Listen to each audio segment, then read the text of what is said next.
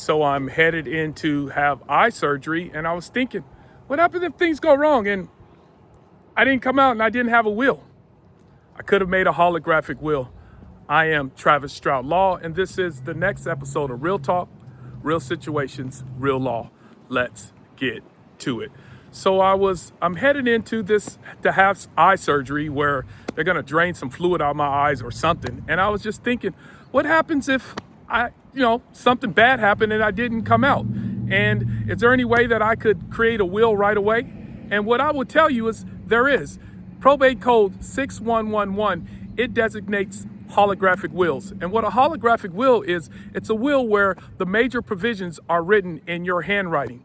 And so if you don't have a will and you're in a bind and it's your last minute, you're taking a flight, you're having surgery, and you just don't have the money to have a will created, you could create a holographic will. And what you have to do is basically all the material provisions must be in your handwriting. But what I usually advise my clients, if they're going to create a holographic will, then what they need to do is get a piece of paper, make sure it has no writing on it, no lines, and write out your will.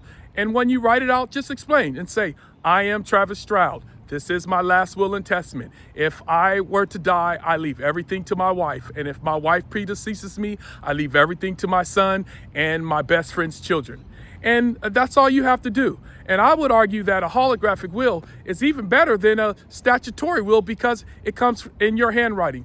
Make sure that you sign it, make sure that you date it. And if you don't date it, it doesn't necessarily mean that your will isn't good. But if there is a discrepancy regarding when the will was made, then your holographic will lose. So in conclusion, hopefully I go on this to have this eye surgery and everything works out.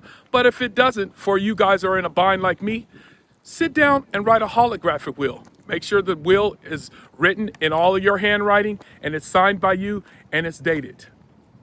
I am Travis Stroud Law, and this is Real Talk, Real Situations, Real Law.